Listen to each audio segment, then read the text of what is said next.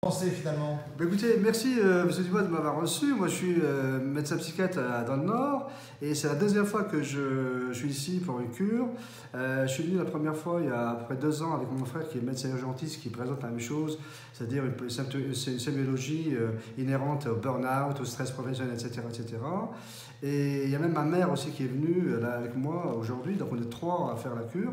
Et moi, je signale souvent avec mes confrères, etc. Mais je dois dire franchement que je fournis beaucoup d'efforts pour convaincre les collègues de l'intérêt, des bénéfices thérapeutiques de cette thérapie.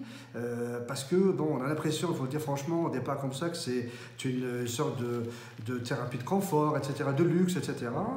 Mais en réalité, quand on voit les choses sur le plan pratique, eh ben, il y a un apport réel, un apport thérapeutique réel, au niveau aussi bien au niveau organique, au niveau psychologique, de ces thérapies qui sont pratiquées dans ce genre de structure d'établissement.